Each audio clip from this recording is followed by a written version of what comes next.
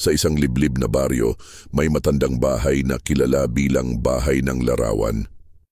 Ayon sa mga kwento, sino mang tumira roon ay nakakakita ng kakaibang larawan sa likod ng pinto.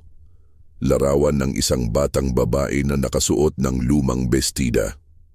Hindi malinaw kung sino ang nasa larawan, ngunit ang sabi ng mga matatanda, ito raw ay si Isabel, isang batang nawala noon sa bahay na yon. Lumipat si Alma at ang kanyang pamilya sa bahay dahil mura ang upa.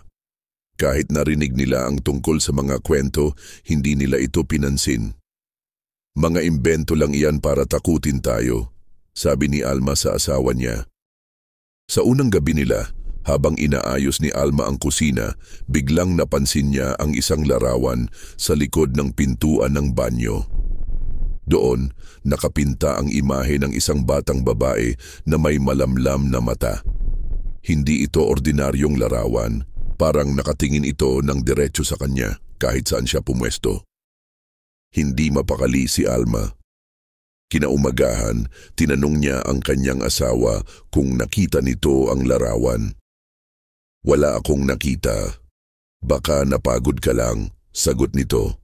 Pero alam ni Alma ang nakita niya. Sa sumunod na gabi, narinig ni Alma ang pagkalabog mula sa banyo. Nang tingnan niya, wala namang tao. Pero ang larawan, ibang-iba na.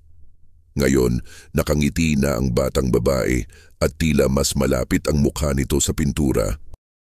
Lumipas ang mga araw, lalong naging mas kakaiba ang larawan. Unti-unting lumalapit ang batang babae sa pinto.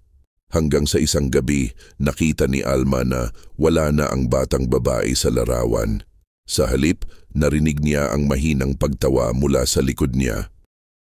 Paglingon niya, nakita niya ang batang babae sa harap mismo ng pinto, hawak ang kanyang kamay. Halika, samahan mo ako, sabi nito bago nagdilim ang paligid. Kinabukasan, natagpuan ng asawa ni Alma ang banyo na bukas pero wala na si Alma.